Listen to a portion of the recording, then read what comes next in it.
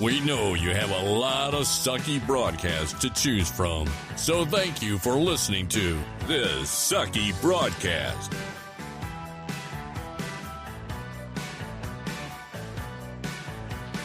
And now, here's Bradley Laberman.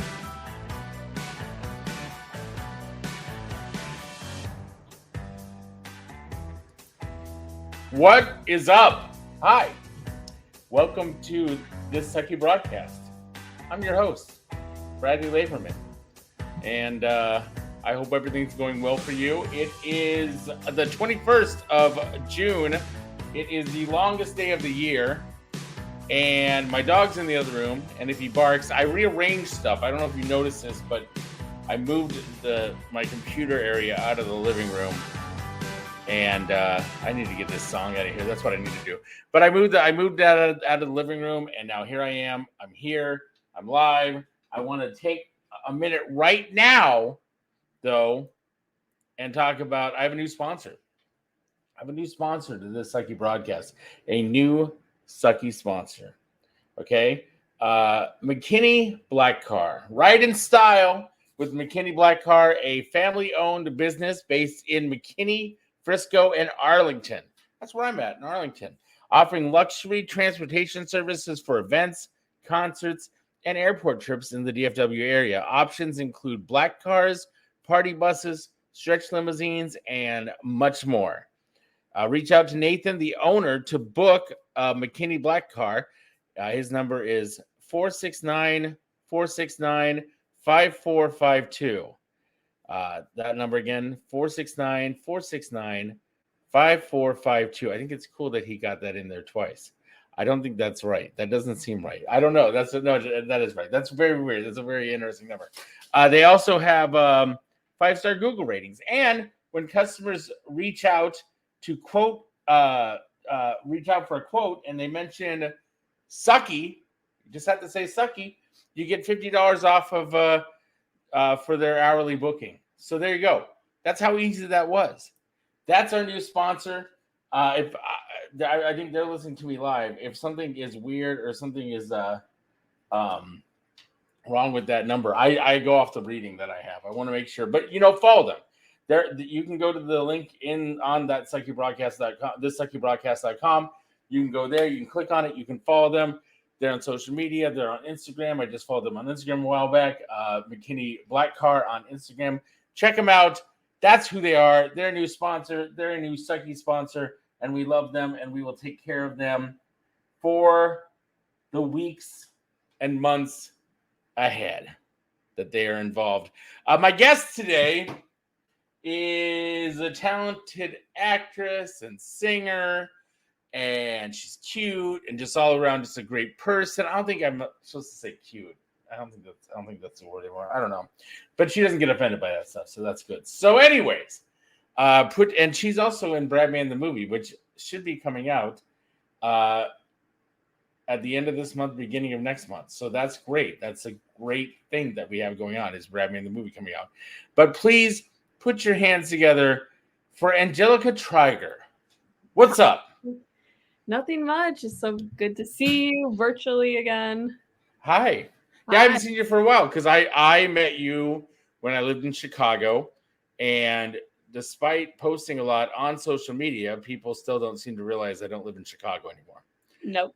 Literally today, somebody said on Twitter, they're like, Bradman, when did you move out of Chicago? And I'm like, a while ago. Can't you tell by my happiness and my joy and my glow and all the other stuff?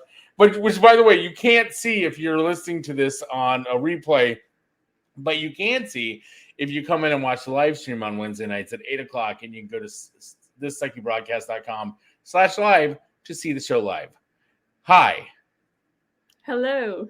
Well, and so we're going to start really easy. Why don't you tell everybody about you?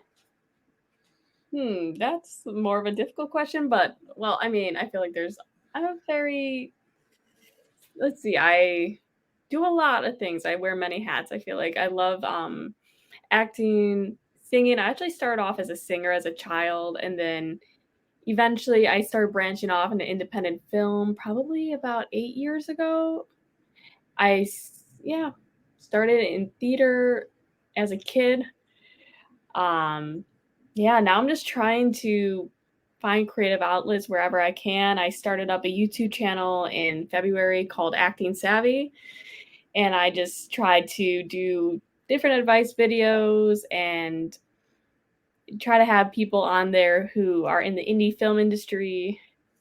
So I've just been trying to keep myself busy because I know there's a lot of weird things happening right now in the Right. film industry. Yeah, there really is. Have you been? I mean, you're not in the Writers Guild, right? No. Yeah, yeah. But and you're still. Are you still doing stuff at all? Is stuff happening in Chicago at all, or is everybody being all like, nope, we're not doing anything? There's a few different things like independent projects Mm-hmm. here and there, but it's a weird situation.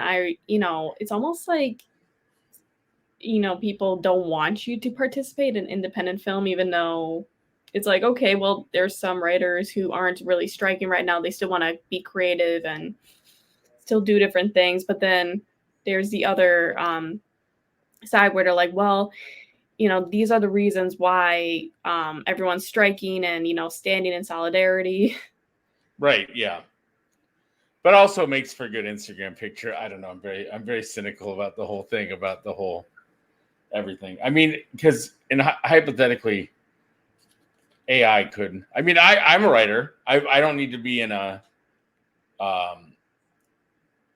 don't need to be in a guild to be a writer, and I enjoy writing, and I don't want to get you like blacklisted off of anything by you being on the show if I say this, but I'm like, I want to support the writers that are in the guild, but at the same time, there's a lot of comedians and stuff like that who went on to become talk show hosts who are like, we're not doing a show because of whatever, because all the writers on strike, and I'm like, you could still do a show.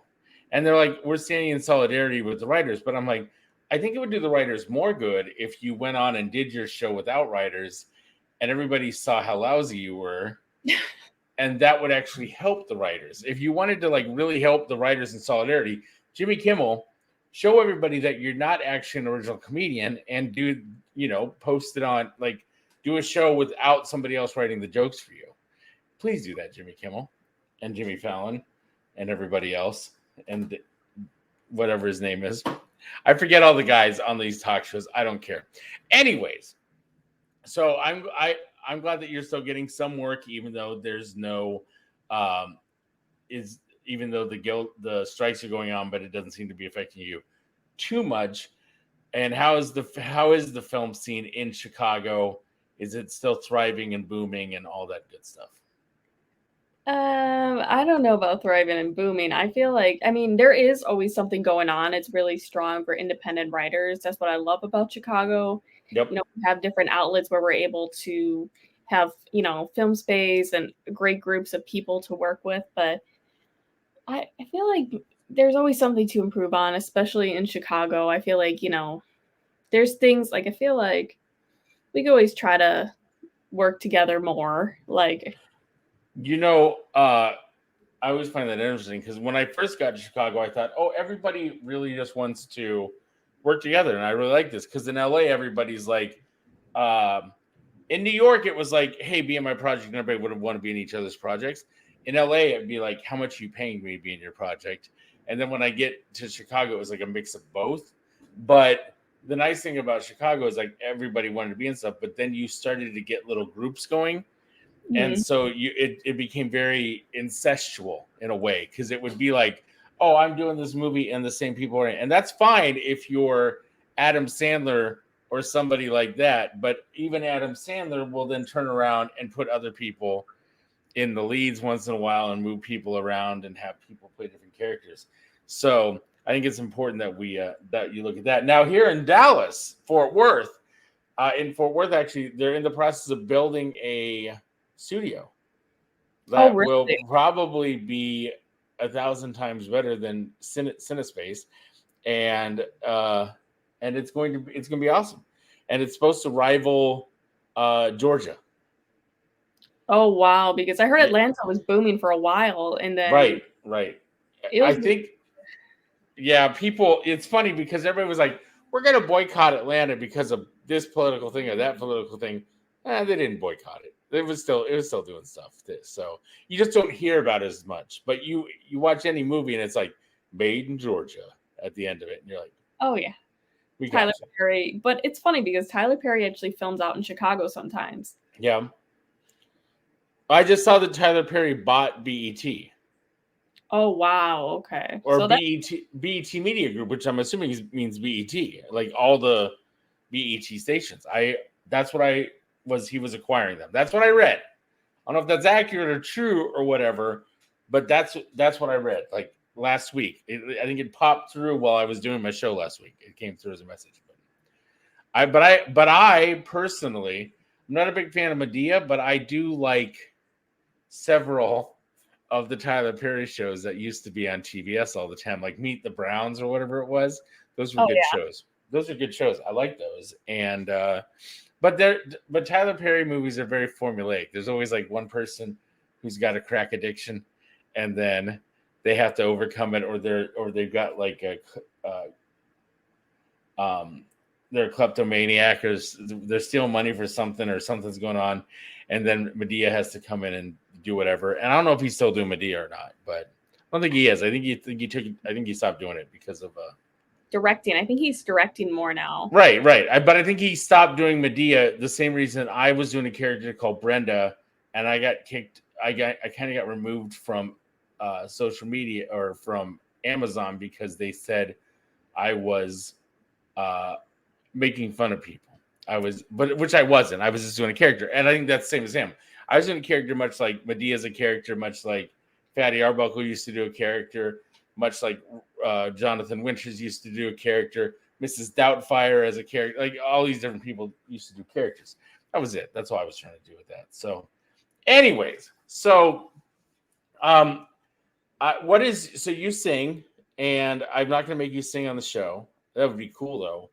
I right? Just need to get on it more because I know I always, it's just getting the reels together. I know I have people on me to do voiceover, to do more like singing and get a reel together because I'm just like, okay, I could sing, just tell me to sing something live. But I mean, we're now in like such a digital age that you need to have reels, but it's Why don't you do that? Why don't you just sing out randomly on TikTok? I do that all the time.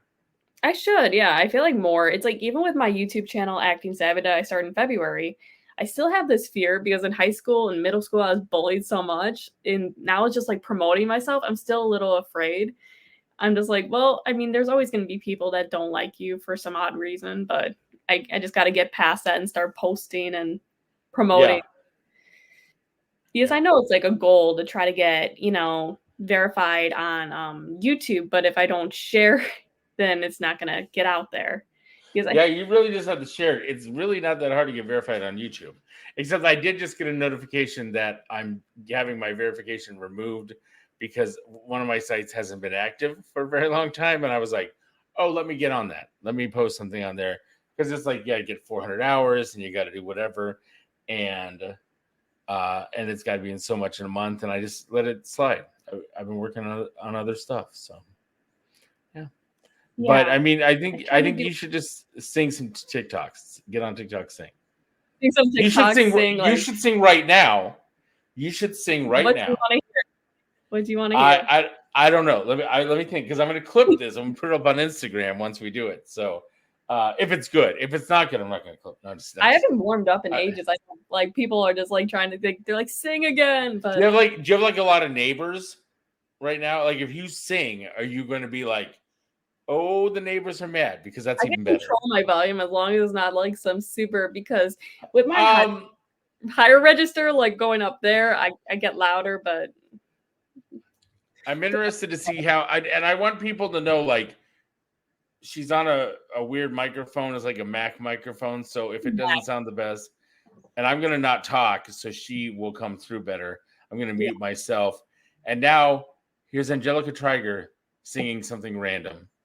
Here we go. Something that, okay. Oh, say, can you see what's the dawn's burning light? I need to look up the rest of the words, but let's see what else can I see. No, listen, that was great, and I am never going because I had to sing the national anthem once, and I blanked out on the words. That's the national. You can say national anthem is the hardest words in the world. If you want to bring up the lyrics on the screen and do that again, that's great. Yeah. And that, or if you want to do any other song, but if you do that song, I'm gonna be honest with you, there's no copyright infringement if you do that song. So that's a nice way we can do it. So yeah, I don't think anybody owns a copyright on that. So no, it's very patriotic too. And it'll be great because 4th of July is just around the corner. Ladies and gentlemen, did you find the words? Or let's see, I haven't warmed up, so it's probably my middle. Let's see. Oh, I don't know what she's doing. I can sing while she's waiting if you guys want me to know. Let's see. What is that song? Let's see. It's drowning my pain. Let's see. Oh, you mean Killing Me Softly? Yes. Yeah. That's like my go-to karaoke. Okay. But that's got copyright issues. That's what I'm saying. The other song didn't have copyright issues. You can do either one. I don't care. I will take the copyright strike either way. Go ahead. Do what you want. See. I haven't even practiced this, so I don't even know. Let's see. I haven't even warmed up, so let's see. I'm going to mute. Here we go. Okay. Oh, say, can you see by the dawn's early light what so proudly we hailed at the twilight's last gleaming, whose broad stripes and bright stars through the perilous fight o'er the ramparts we watch were so gallantly streaming, and the rockets' red glare, the bombs bursting in air, gave proof through the night that our flag was still there. Oh, say does that star-spangled banner yet wave o'er the land of the free and the home of the brave. It's like this is like my first time looking at it. I didn't even warm up today. I'm just like, whatever. That was awesome. That was awesome. I didn't even warm up. Putting that out on the patriotic web. That was great. Thank you. I haven't even sang ages that much or had motivation. I haven't even warmed up today. You know what? I'm glad I'm here to motivate you. That was fantastic. That was wonderful. That's what this show is all about. It's all of that just random, sporadic, all that stuff. Because if you're going to do the other song, I was going to be like, one time, two time. And we would have had a copyright infringement. Yeah, we would have had the Fugees would have came after us. And they would have been like, hey! And I've been like, come on, Fugees. Come on, you're killing me softly with your copyright notice. Killing me softly with your copyright notice. Killing me softly. Okay, here we go. Okie dokie. That was awesome. I'm gonna share that. That was awesome. I don't know. I know, right? See, there you go. It's just like I haven't sang in ages. Well, and there you go. I was at this, someone came in, my friend Ellie came in from out of London to visit for a little bit. And then they put me in to sing what was that song? Glitter and Be Gay. And I'm just like, I haven't sang in ages. Why are you guys doing this to me? Because I lost my voice teacher, Deborah, right before Christmas. So I haven't had the most motivation to sing. I've done it here and there for auditions, but not like I used to because I was super close to her. So now I'm just okay, trying to get back into it, but it's hard, Sometimes when you just lose people so suddenly, the motivation just goes. Yeah, no, I totally understand that. And that is you have had loss, and that's something that I think it helps you grow as a person. Do you want to speak on that? You want to speak on loss? Because I feel like at one point I was gonna start people are like, what happened to your grief podcast? But I I kind of shut that down for a little bit. Eventually maybe I'll speak about it more, but I know I had some people, I try not to advertise it a lot, but I lost my parents pretty young, but I kind of still move forward. I try not to make that the definition of who I am. My losses aren't really who I am. So, yeah, I feel like at a certain point I really wanted to do a grief podcast, but it's hard because like I even studied like the processes of grief like right after my mom passed. Like 2 weeks later, I started at Northeastern and I studied communication and I studied like the process of grief, even though I feel like that's very controversial because there's 7 stages, but I feel like there's no one way to really define grief because Yeah, it's no, I get you. Yeah. because it's like, certain people who are like certain figures in your life. Like I know it's something I did. I was like, I looked to certain people. It's like, oh, she's like a mom to me. And even like Deborah was like, oh, like she took over being my mom after.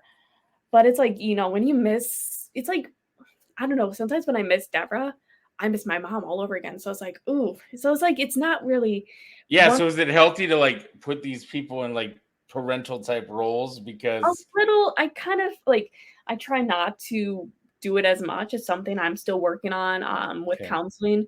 But it's like even with friends who have like certain things like my mom did. Like I have a friend, Maria, I love her to death.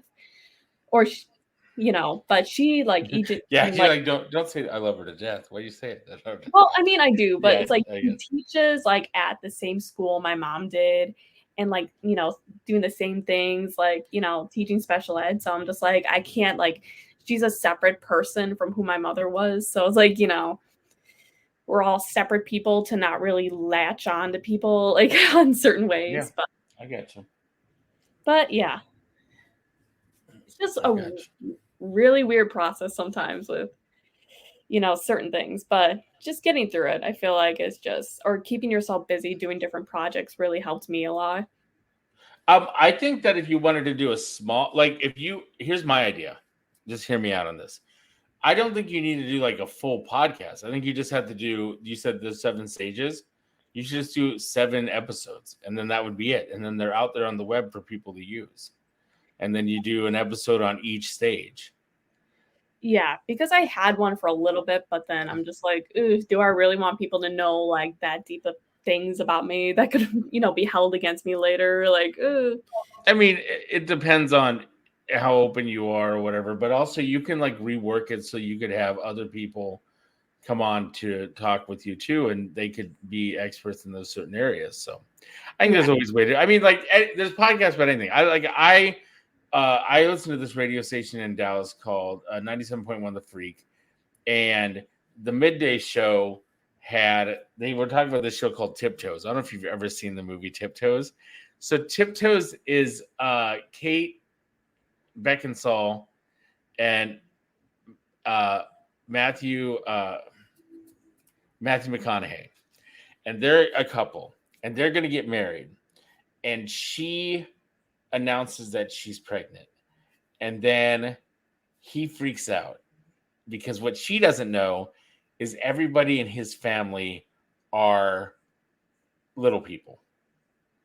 And he's got like a twin brother who's a little person and his parents are a little person, and for some reason he's a full grown man, and he's like sneaking away to go to these little people conventions and all this other stuff, and she thinks he's cheating on her and all this other stuff, but she finds out because his brother shows up and crashes on the couch because he's going out with this girl. He goes to this girl's house and the girl is whatever. Peter Dinklage is in it. But the thing about the movie is, oh my God, what's the guy's name? The guy that is like the method actor that's in like, he was in Batman and does all these different movies. And for some reason, I can't think of his name off the top of my head, Sure. but he's always playing a character. I'm going to have to look it up because I'm just going to have to look it up because I got to remember what his name is. I don't know why I'm having a moment where I forgot his name completely. Gary Oldman. So Gary Oldman plays his twin brother, who is a little person, a dwarf. What they say, because it's funny because at one point in the movie, she goes, "When did you tell me your family was a bunch of midgets?" He's like, "They're not midgets, they're dwarfs." And that's like a takeaway from the movie. But anyways, it's a very bizarre movie. It's on Amazon. It's free. It's 90 minutes. It's weird, but then Peter Dinklage swears there's a 2 hour 50-minute version of the movie that's the most beautiful movie ever made. But the director got mad at the producers for a bunch of different things. Like one of the things is like Kate Beckinsale, he got her for cheap because she wanted to wear a hat. Anyways, the point of this whole thing is there is literally a podcast that's like 6 episodes called Tiptoeing or something like that, and it's out there on Spotify or whatever, and it's specifically just about it's like six episodes doing a deep dive into this Tiptoe movie. So if they could do that, you could do 7 episodes on the Stages of Grief. That's my opinion on that. That's what I meant to say. I don't know, because I could do like 7 episodes, but I don't know. It's like it's so controversial. Like even with the 7 stages, I feel like still people have so many different like stages. Like the 7 stages, it's like okay, it's textbook definition, but I feel like everyone's emotions are slightly different. Okay. But I don't know. It's because I just, have a master's in communication, media, and theater. So I don't know if it's like, maybe if I have people who actually have like credentials in counseling, it might help a little bit. Just so they're like, oh, what's this communication major doing talking about psychology? But I did like dip into that a lot. But yeah, you got your majors. I got to tell you a story about theater real quick. So I didn't get my major. I partied in college a lot, because I knew I had a job outside of college. I knew that when I graduated, I had a job in theater outside of college, because I was arrogant back then. And so my GPA was low when I graduated, but I was able to graduate. Fast forward to now, and I've got 25 years of like theater experience working with kids, directing, all this other stuff. And I reached out to the Teachers Guild of Texas. They're not the Teachers Guild, but like it's called Teachworthy. The other one was called Texas Teachers, and they were mean to me, so I don't like them. But Teachworthy also worked with me, and I reached out to them, I sent them my transcripts, and they're like, "No, this is too low. Texas Teachers is like, this is too low. You can't even be part of the program." And I'm like, "Oh, weird." So then Teachworthy messages me on a Saturday, by the way, which was awesome to begin with, and says, "Well, your GPA is low, but you have experience. But if you test, there's a program called the PACT test, which is PACT test, right? And they're like, you can do that, and it will offset your GPA if you pass that. But you can only do it in an area where we need teachers in Texas." And swear to God, I got onto the website, and what do you think one of the areas was they needed teachers? Right by you. No, like area of study. Oh, theater. Yes. Like theater teachers are needed in Texas. And I'm like, what? I'm probably because they focus on football and all this other stuff too much.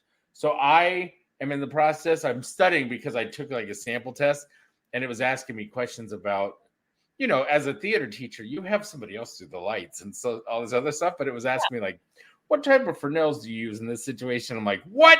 And I mean, I called them up and I said, how much do I need to pass this test? And they said, well, how high do I have to pass to offset the grade? She goes, just have to pass.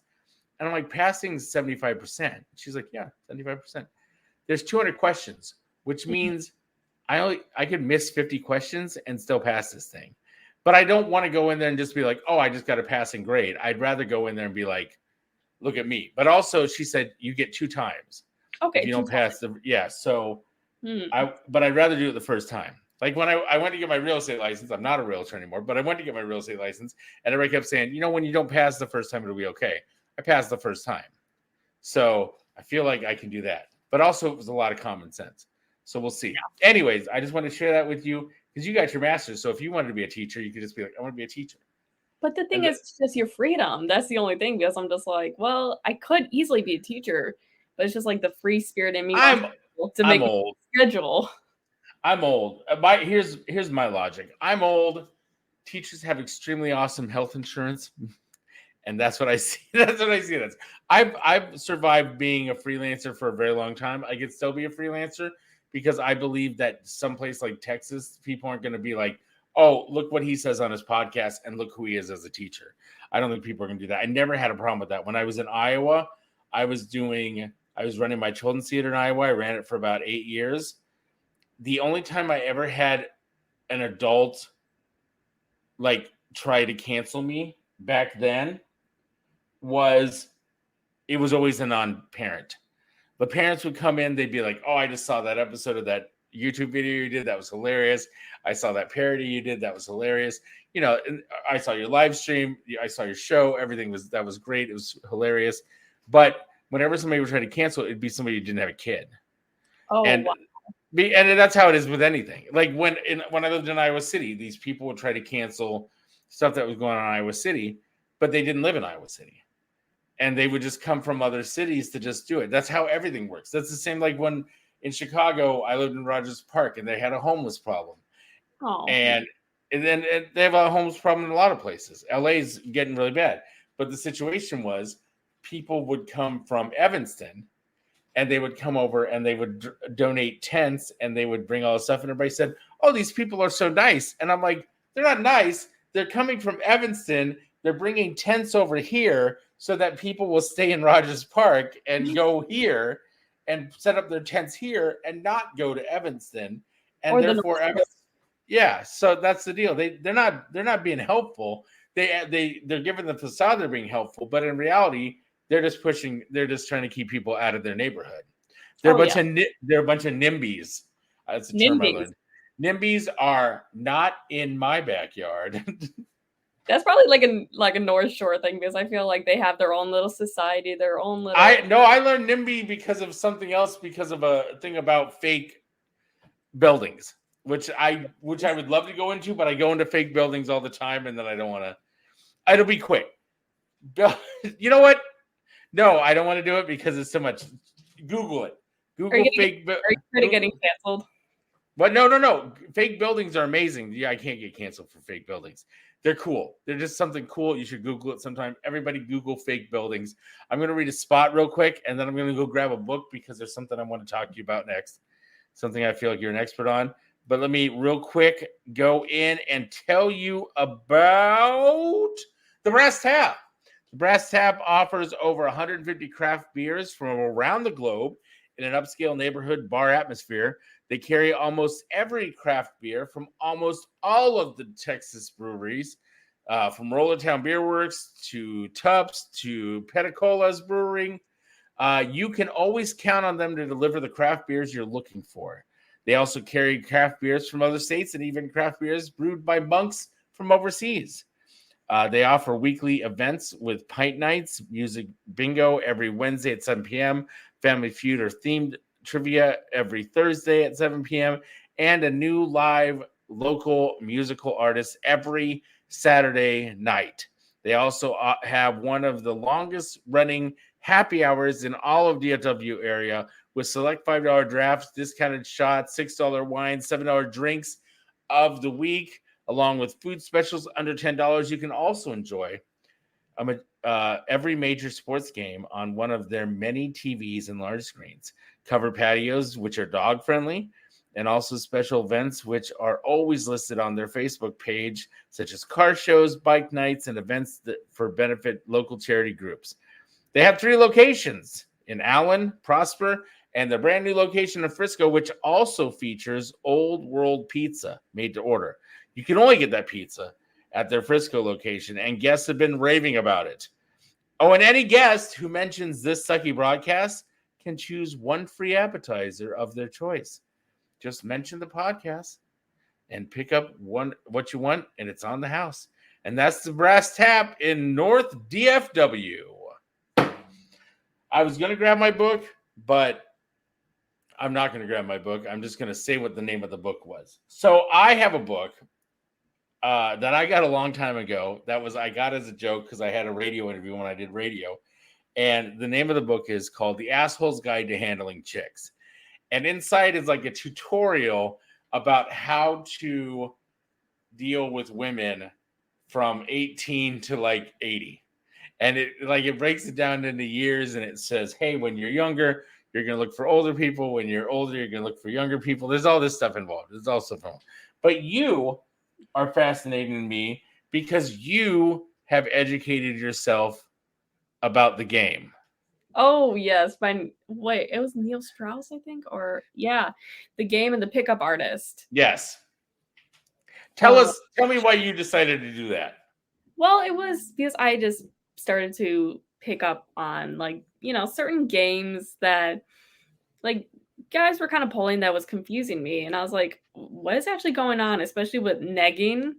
Yes. And it was something I was really confused about at first. And I realized I don't want to be someone that, is it's what's the word for it? Just blind. Easily manipulated or I guess so, because I know like sometimes with grief and stuff, I feel like I'm not at my best. yeah, I got Especially you. on the holidays, and then I felt like, certain people are kinda, like, playing with me at that time, so I'm just like, I'm just gonna educate myself," so I listened.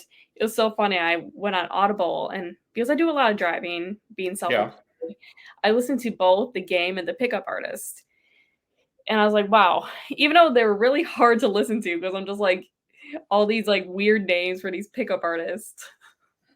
Right.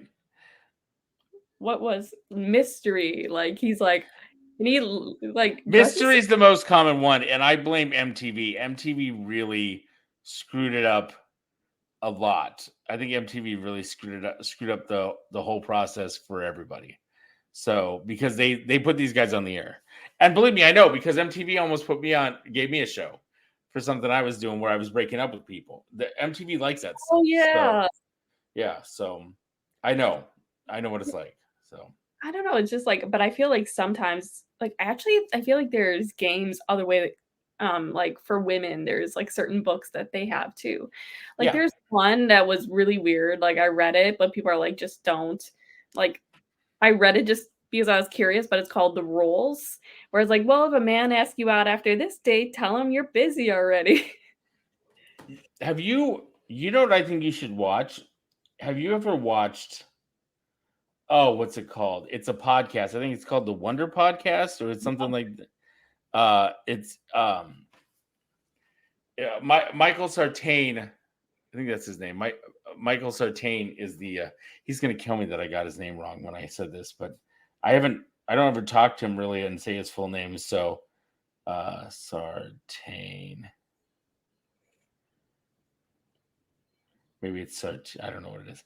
Okay. Anyways, so they have this podcast, and it's basically guys and girls talking, and the I don't think they mean to do this, but the women are. Let me tell you one of the topics. They talked about a topic called, and don't be offended when I say this. There's a topic called hoflation. Okay. Okay, so hoflation is the idea that um, my grandfather had to put in 25% of the work that I would have to put in now to find a girl. If I put in that work now, it'd be 100% more, or no, 400% more work.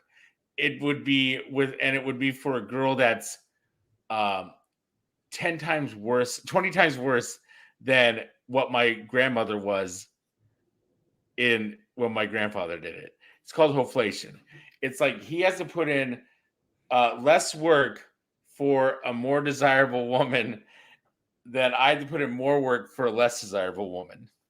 I wonder why that well, I feel like just because a lot of the girls who I even just from observing, like the girls who are really attractive oftentimes are a lot nicer and they seem to almost have lower self-esteem for some reason. I wonder if it's just from being bullied growing up, but it seems like it's quite the opposite. Like, I don't know, maybe it's just I know what I see. I see what you're saying. It's very interesting that we're having this conversation because I see what you're saying because I do know there are girls out there who are still like I don't know, they've been beaten down too many times or whatever they are emotionally or bullied by other people or whatever.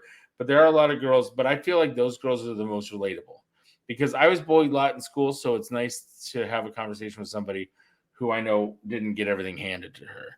But also I'm a big fan of dating women who aren't who are able to not take themselves so seriously. That's like my number one rule. Like my number one rule is you have to be somebody who you can laugh at yourself. You don't have to be like, you don't get bent out of shape if something doesn't go 100% your way. If we got married, you wouldn't be a bridezilla type situation. I mean, everybody's gonna be a bridezilla. I think that's gonna happen regardless of the situation. It seems like even like, I don't know, marriage now, like it's like so different than, you know, our grandparents. Yeah.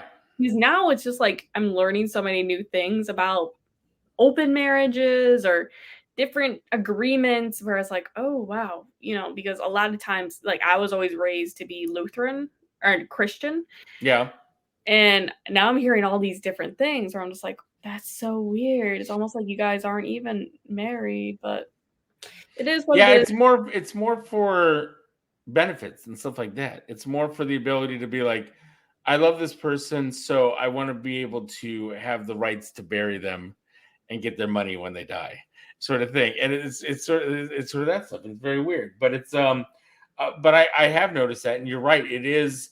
I mean, because I've had conversations with people, and there was a moment where I was engaged a second time, and I brought up the idea because this was in LA, and a lot of celebrities I knew have separate houses That for, are yeah, that are married. They have separate houses, and maybe somebody comes and stays at the other person's house or whatever.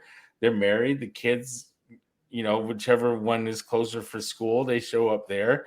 They hang out. It's not like they never see each other. But if one of them works in the city and the other one works in Santa Monica or whatever, then it just makes more sense than maybe if one has the apartment and one has a house.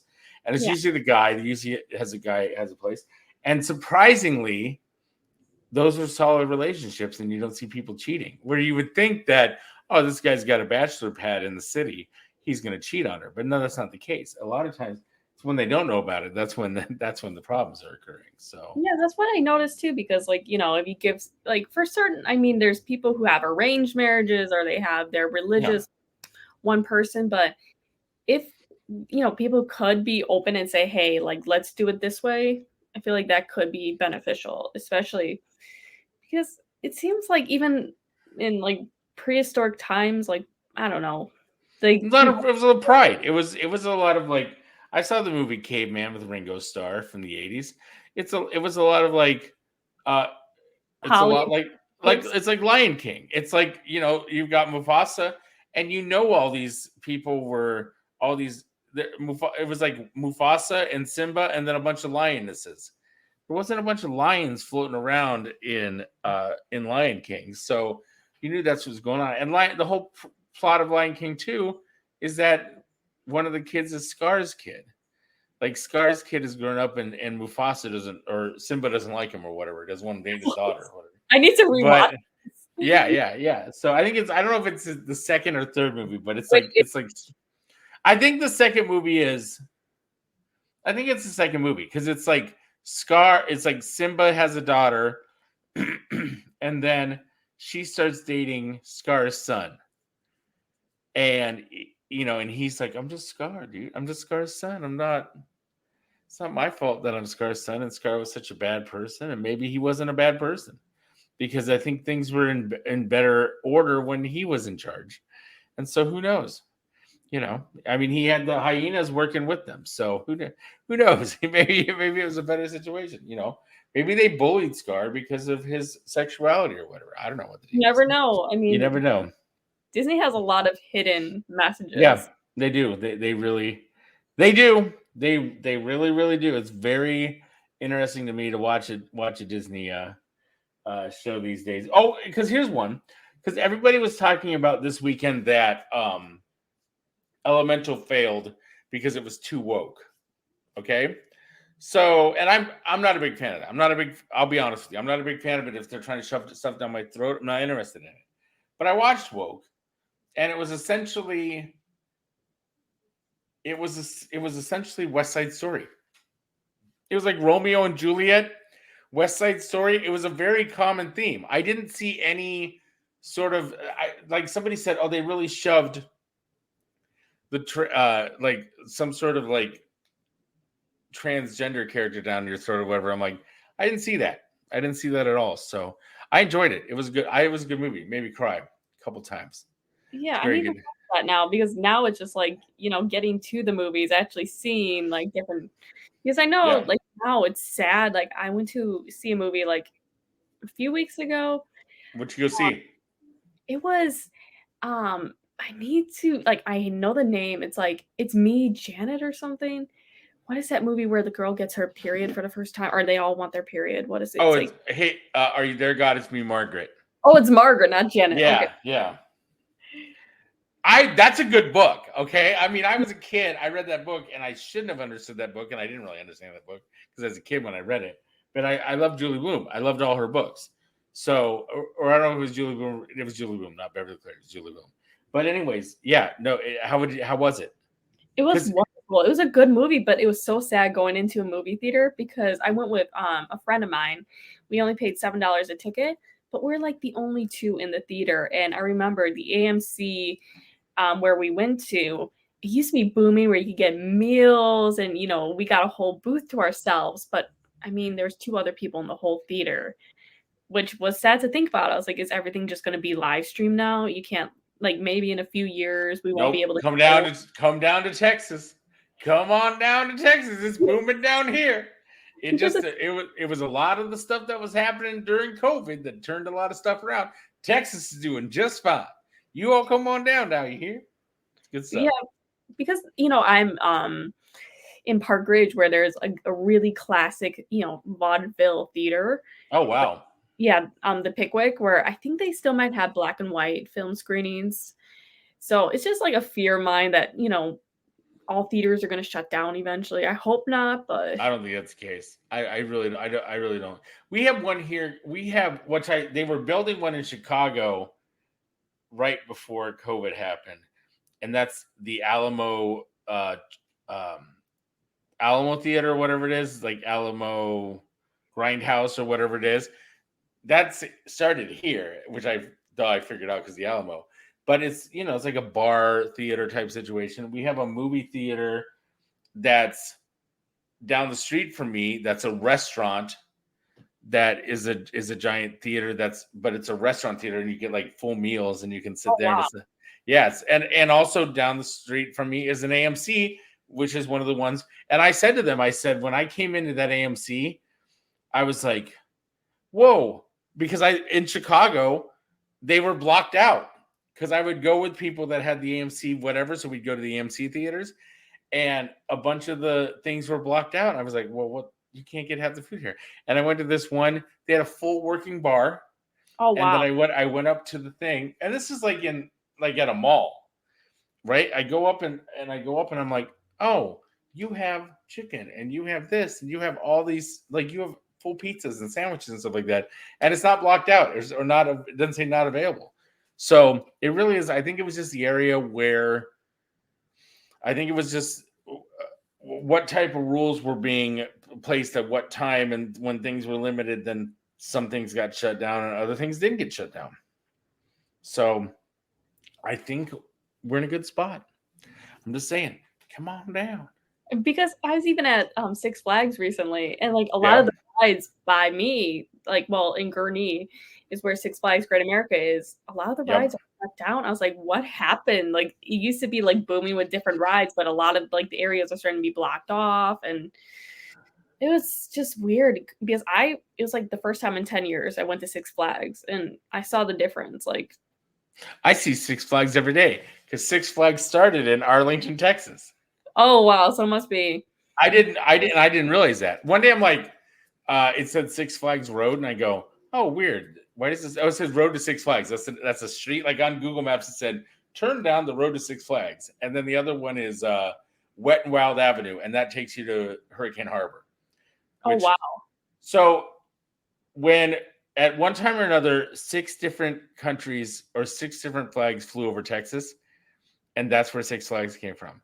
And then the guy sold it off and then franchised it out. But I hear these older people talking, and they talk about growing up, and it was like the place to go because it was just a Texas thing. But that's why you see like Great America is the one in Chicago, right? And then Six Flags over the Midwest is the one in St. Louis. Which, by the way, I just think the Chicago one's not a good one. I'm just going to tell you that. It's just kind of like today as a kid, I remember all the different rides and Right. I recently I was like, what happens to this ride? Mardi Gras, like what happens to all like the cool rides? Now it's just one ride in Mardi Gras and then Cartoon Network Land, like all the rides, like there was a couple rides. I don't even know if the Jetsons ride was still there, but that was shut down.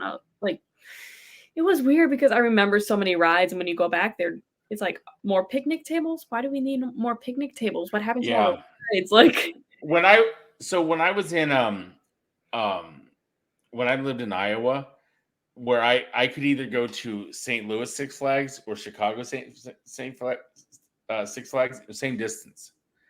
We'd always go to the St. Louis Six Flags. In fact, we picked up one time we went to Chicago to the suburbs, picked up one of my roommate's brothers, and then drove down to St. Louis.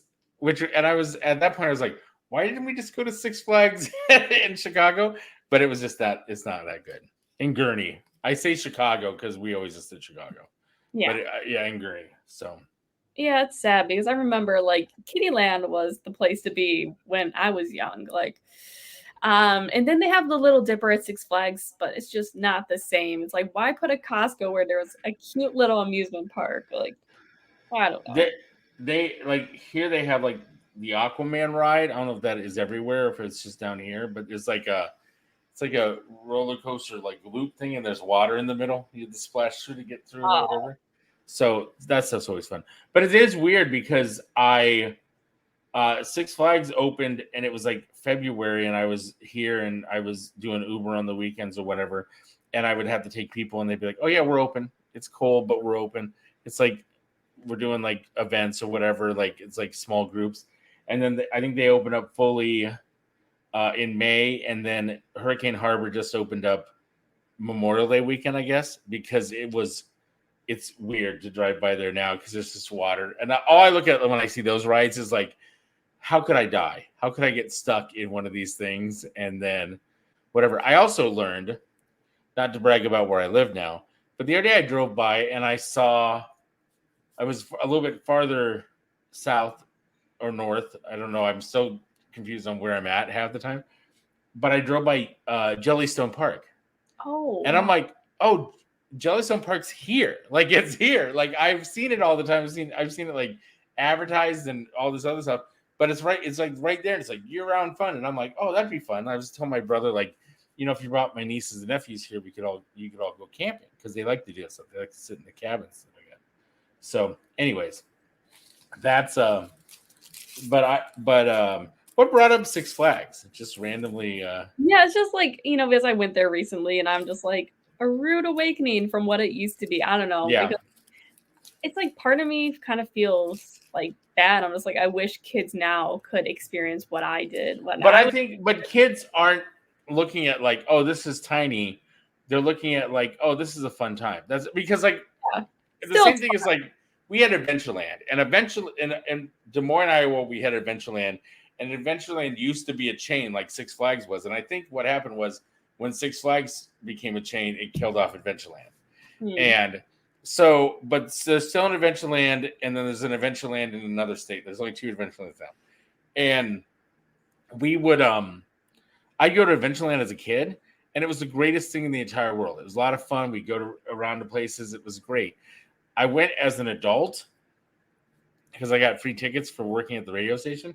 Took my girlfriend. We went there, and it was like after you do all the rides once or twice, it's the same with Six Flags, though. I'd never been to Six Flags as a kid, and I feel like Six Flags for me as a kid would have been completely different than Six Flags as an adult. But I went with girlfriends and her friends to Six Flags, and it was a very interesting adult experience. But when I ran the Children's Theater, we would take Children's Theater trips down to Six Flags, and when you're there with kids, it's a different experience. So I think what you're experiencing is you were there with adult people, right? Right. Yeah. If you went there with kids, it'd be more exciting for you because like it was like doing stupid stuff. Like when I'm with adults, I'm like, I don't want to go in this water because it's skank water. I don't want to go this ride because it's like I don't want to get splashed by this thing. But when you're with kids, it's like, yeah, let's get in the front. Like they want to get in the front. And they all want to ride with you because you're the adult or whatever. And you're like, oh, it's fun. And it's just really, and they're like telling you, like one of the things is one of the kids, we went one year and he's like, you need to lose weight because they wouldn't let you on this ride or this ride. And I was like, you're right. I do. Like, and, he was like my motivation because when we were like, and every year they'd be like, are we going to Six Flags this year? Are we going back to Six Flags? I'm like, yes. And then he'd be like, have you lost enough weight to go on all the rides? Because it was just this fun thing where like I looked forward to it. But when I went with my girlfriend beforehand, it just wasn't a good time. But also she lived in Chicago and we went to the Chicago one. So it could just be that the Chicago one is a horrible Six Flags. There's a lot of scenarios. They say they're adding new ones, but it's just like, why do you shut down like so many rides? And then like a lot of things went wrong in Hurricane Harbor too, where like I think only like seven of the attractions in Hurricane Harbor were shut down when I was there. So so I'm hoping. I don't like water parks because it's a lot of like you're stacked on top of each other type things where it's like you're coming out, the next person's coming out. Like you don't enjoy it. You slide down, you have to move because you're going to get hit in the back of the head by another kid coming down the slide.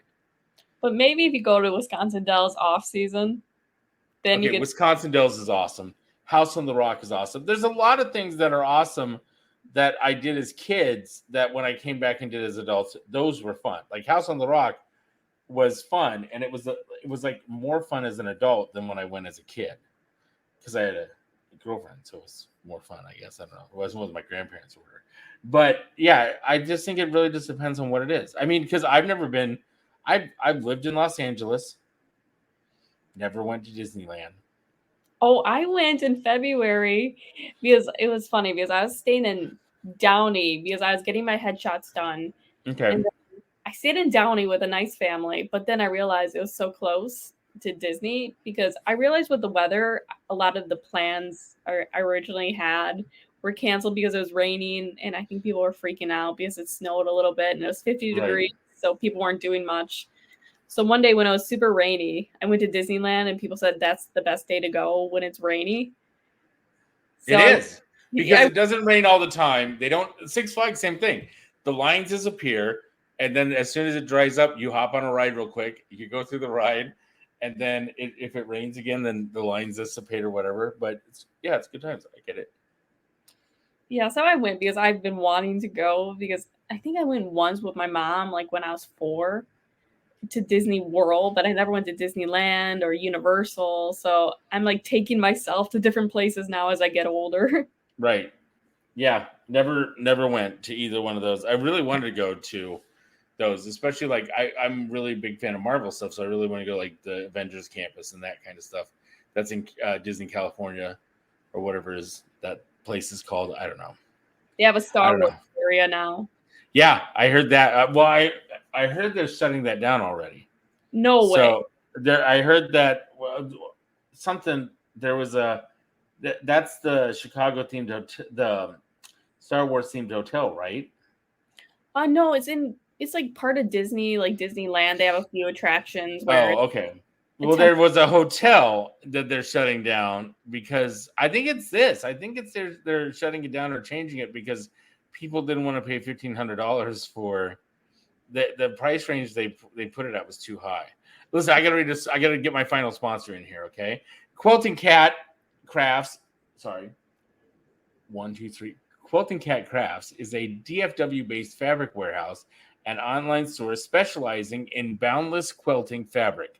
They carry new 100% cotton fabric, most priced at $5 a yard. Okay, and let me tell you about one of the owners, Liz. She suffered from depression and anxiety her entire life. Even with medication and great doctors and therapists, it's still a disease that has a stigma that needs to be brought out into the light. In 2019, after a series of life events and failing medications, she was stuck in a very low, depressed place. And that's when she learned about how to sew and quilt to give herself something to focus on instead of the constant negative thoughts that were bombarding her depressed mind. And when you start a new craft, you usually have enough materials to get you through each project. Quilting and sewing are the same way. Each time you want to make something new or take a class, you have to make a trip to the fabric store to get the extra fabric. Whereas like these experienced quilters have like a stash of fabric.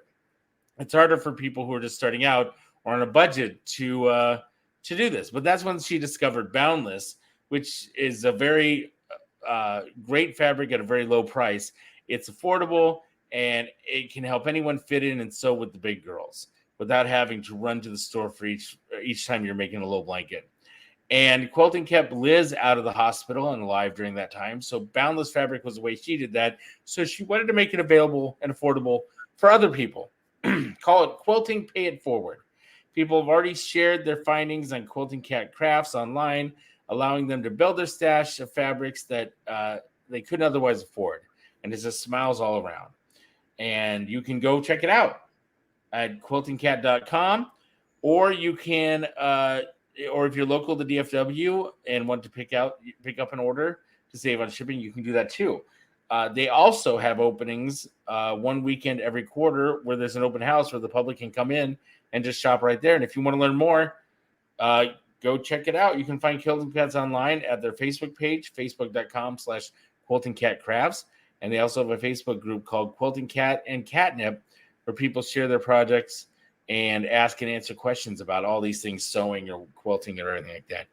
What are you waiting for? If you go today online to quiltingcat.com and use the coupon code podcast, you get 10% off a non-sale fabric. That puts the fabric at about $4.50 a yard. Also, if you have friends that like to quilt, send them there. You say, hey, I was listening to this guy talk to this girl about Six Flags and negging, and I heard there was a quilting thing. Quilting's not my gig, but that's kind of something you like. Would you like to be involved? Just go to this website and use the coupon code podcast. Quilting paid forward. That's what I'm talking about.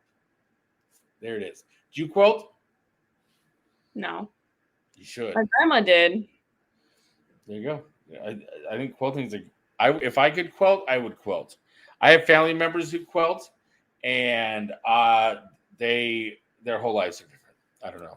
I don't have any room for it. So my grandma did more like the crocheting. I mean, I used to do it as a kid, where it's like you have like these sticks and yarn, and then you're able to make blankets. That's knitting. Were you knitting or crocheting? Which one was it? No. She told me crocheting, but maybe she, Oh, no. I think crocheting was... It's like where you have the little sticks and you're like... Yeah, and they have hooks on the end? Yeah. That's crocheting. I used to crochet. I used to also cross stitch. That's where you like have like the little piece of fabric with the little holes in it, and then you like cross over the fabric and you make little patterns and like Christmas. Yeah. So we used to do all that stuff when I was a kid. The other day I went to a video game place for a radio remote. I went to this video game place. I sat down by a chessboard, and I used to play chess all the time with my stepdad. This guy who came up, who I found out later was the owner, who's a doctor. This guy's a doctor and decided to open up a video game like arcade or whatever. He sat down and he goes like, "Do you want to play a game?" So I go, "Yeah, let's play." So we played chess, like real physical, actual chess, and it was awesome. And I was like, I need more of this stuff. I need more like activities like that. Probably get a poker night going with my friends at some point. So I don't know. So yeah, there's that. So what do you have anything on the works right now? Anything that you're working on? I know you're working on a website. You want to tell us more about the YouTube channel? I mean. Yeah, I'm actually gonna work on a video, probably editing after this, like where I'm talking about like self-taping on the go, because I know people are traveling for the summer. So I got these really inexpensive ring lights and lighting equipment, just, doing like a quick review to see how easy it is for people to do on the go. Mm-hmm. That's going to come up next after I'm done editing. And I started Acting Savvy in February, and it's more like a mixture so far. I just have a little over, I think like 21 or 22 videos, but then I do vlogs. I do, if I'm like on a different indie film set, I'll just like talk about my experience, how it went, like the commute, because I just wanted to keep like a document of all the things I've done, and also try to help people, especially other independent artists who are looking to be able to be on the go, like especially, if they have, multiple projects they're working on, or they still want to audition while they're on different sets or traveling. Just an easier way to be able to learn. And also, I had a few, or actually just a couple independent film directors just on there talking about what they look for in actors, why they choose certain people for certain roles, and it like goes into like a lot of different things of why certain actors are chosen for certain projects or roles. So I'm just Right. still expanding it, like still trying to make it grow. It's kind of my baby because I had someone motivate me right after the holidays, and he told me you can't just, sit around, mope, and do nothing. So he really encouraged me to start up a YouTube channel just to, put my mind towards something positive. That's And I good. feel like now it's like after 20 videos, I was like, okay, this is kind of my baby now. I'm going to try to nurture it more and pay attention to it. Because you're probably the same way. I know you had YouTube channels where you're like, oh, like, you had a lot of success with YouTube. I have had YouTube channels, and you can go back and find them. I'll go back sometimes, and I'm like a little baby in these videos. But like I did one where I was talking to this YouTuber about vegan, Oh, and yeah. I said I can go vegan for 30 days, and he was like, "Oh no, you couldn't." And so I said, "I'll do it, and I'll document it." And I did this Bradman Goes Vegan, and it was a podcast about going vegan. But also, you can like physically see me drop a bunch of weight, and I'm like making recipes and stuff like that. And I still go in there and I see people like leaving comments like, "Oh, this was a good recipe. Thank you for this recipe." Stuff Oh, that, and it was for me, it was like, and I make fun of people like this now because I'm not vegan again, but I make fun of people that I'm gonna make this. I'm gonna make a vegan steak, and I'm like, why do you have to make it look like a steak and all this other stuff? Because if you're vegan, you shouldn't want it to look like a steak because it would yeah. be like you're representing murder or whatever. So it's very hypocritical at times, and I make fun of people now. But I would do things like I'm gonna make vegan sausage biscuits and gravy because I like sausage biscuits and gravy, but the only way I can eat them now is if I make a vegan version of them. Oh, yeah. And so I would do different things like that. And it was a fun thing. And then after 30 days, I kept going because I was like, I feel really good. I kept going up until I moved to New York. And then for some reason, it was harder to be vegan in New York, and I just stopped. Really? Because Yeah, it was hard. I was in New York a lot, like when I was a vegan for 6 years. Now I'm pretty much like someone got me to eat cheese and tempted me, and now I'm trying to wean off cheese. Cheese is very addicting. I'm pretty much still like I'm a vegetarian that doesn't eat any other animal products besides cheese now, but Right. Yeah, I remember you were like desperately but you were also drunk, a little tipsy, and you were like, I want cheese sticks. And I was like, when did you become not vegan anymore? And I was like, yes. You weird. just Like kept talking about cheese sticks all the time. I had someone like pressure me. He's like, come on, just have a little cheese. Come on. I was like, stop this already. But Oh, you got to be careful. You can't just go cold turkey back into cheese if you haven't had. Yeah. Yeah, it got me sick for a little while, and I felt Right. bad. Like I still do. It feels weird, like because now I'm still like, I don't even buy cheese. Like it's like once every in a blue moon, like I'll have it. I still pretty much buy all vegan products. What? But Once every in a blue cheese. Well, okay, here's a way to wean off of it. Use the vegan stuff, but I don't know. It's weird because now my body's so different. It's like your body kind of just doesn't want the vegan meat anymore. look for follow your heart. Follow your heart has a really good line of like, follow your heart has vegan blue cheese dressing. Oh, And it blows my mind. It blows my mind how much it tastes like. And I don't like blue cheese, but I like vegan blue cheese because I know it's not blue cheese. Like it tastes like blue cheese, but because my brain knows it's not the gross, like moldy cheese, yeah. I can eat it. It's but even though it's probably like fermented whatever. But also a lot of this stuff is soy, and I try to avoid soy as much as I can. So that's always a good thing to look. I mean, also I did a whole series. Oh, I did like 5 episodes, and then I quit because Periscope started, and I got really popular on Periscope. But I had a series of shows about living on cryptocurrency, like when Dogecoin came out, like a long time ago when Dogecoin came out. I had a show sponsored by like Dogecoin people, and I tried to find I had a wallet because they would just pay me in Dogecoin. I had a wallet with like 1 million Dogecoin in it. Ooh. And I don't know where it's at.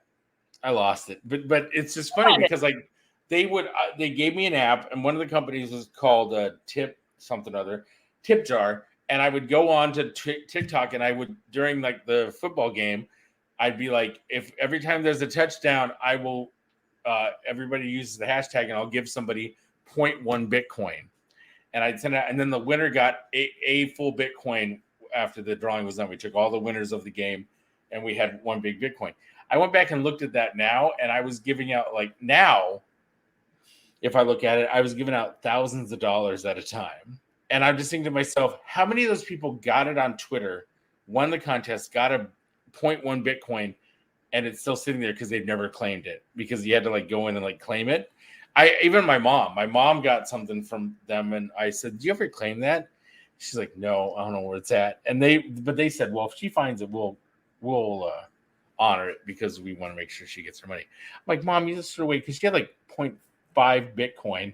And that would have been like $20,000 now. And like, it's insane how it works now. But like when I was doing this cryptocurrency, it was just like, I'm going to work and do cryptocurrency and get paid in cryptocurrency. Yeah, I'm going to convert it over to dollars to pay for stuff, but I'm just only going to accept cryptocurrency as payment. And that was a thing that I did. And it's all about the crypto. And you go on YouTube and you can watch these old videos of that too. And it was like based off of like Curb Your Enthusiasm type show. So that was always good too. Just I think have fun with it. Make a bunch of YouTube stuff, and feel free to branch off onto other YouTube channels when you want to make other topics. Yeah. Because most YouTubers have like 8 YouTube channels now. So. Oh wow. But it's like, don't you have to, like, I don't know, I'm just like trying to hone in, like trying to, do whatever I can with the one I have right now for the first year. Well, focus on that. Yeah, focus on that. But also use your TikTok, use your Instagram, and point everybody, like take clips from these things. Like I just said, I'm going to clip that thing where you're singing. I'm going to put it out over the internet and send people back to here. Is that like, I just spot. Right. Hey, I had a friend, Nikki Huntsman, on. She's a porn star. And she told a story about how Pauly Shore ghosted her. Like how, like she had sex with Pauly Shore. She ranked him as one of the top 3 people she's ever had sex with. And then he ghosted her. And I put that out on the internet because I'm like, that's a great story. Sorry for your loss, but that's a great story, Did he ever reach out? He's like, hey, you told a story. I tried. I was tagging like, Pauly, are you going to apologize to Nikki for this? I tried. So anyways, well, all right. I'm wrapping things up. By the way, when I'm done, don't hang up so I can say goodbye to you. Let the music play and all stuff. But where can people find you? Where can people, what's your social media handles? Where can people find you? Tell people where they can look for you. So like mainly on my Instagram, it's gonna be at Angelica Trygar. That's right there. Or AJ Trygar is more like my personal like blog talking, about like, there's some personal things, some like reuniting with friends, trade shows. Acting Savvy is my YouTube. It's Acting SAVVY is my YouTube. And that's the baby I'm starting with, like a little over 20 videos. And yeah. And if you're listening to this, I will have all those links in the description of the podcast. So if you're listening to this in your car or on your phone, just click on the links in the podcast. So, yeah. Well, Angelica, thank you for being on my show. Thank you for taking the time to be on this Sucky broadcast. Thank you for being a Sucky guest. That's not a bad thing. I promise it's not a bad thing. I'm going to start playing this music now, but we're still on. I just do this music as my outro music. So, anyways. Oh, I'm sorry. I had to hit the timer button too, because so I know how much time it is. I've got this thing timed out. Guys, I'm learning. I'm still new on a lot of this stuff. I've been doing this is our 9th episode, I believe. Thanks for being number 9. Number 9. Thank you to all of our sponsors. Thank you to Quilting Cat. Thank you to Brass Tap in North Dallas-Fort Worth area. Thank you to McKinney Black Car, our newest sponsor. Love you guys. By the way, I was right. The number is 469-469-5452. What a great number. So I was like, I thought it was wrong. I thought it was a typo. But it makes perfect sense because it's easier to remember. 469-5452. Nathan, give him a call. Mention Sucky. Get $50 off for an hourly booking. That's it. Angelica, you have a great rest of your week. Everybody who's listening, you also have a great rest of your week. And I will be back next week with another installment. And by the way, Dennis Hurley is my guest next week. And you know him because you worked with him. So just it's all coming together, full circle. All right, guys. Love you all. Have a great whatever. You've been listening to This Sucky Broadcast. Learn more at thissuckybroadcast.com.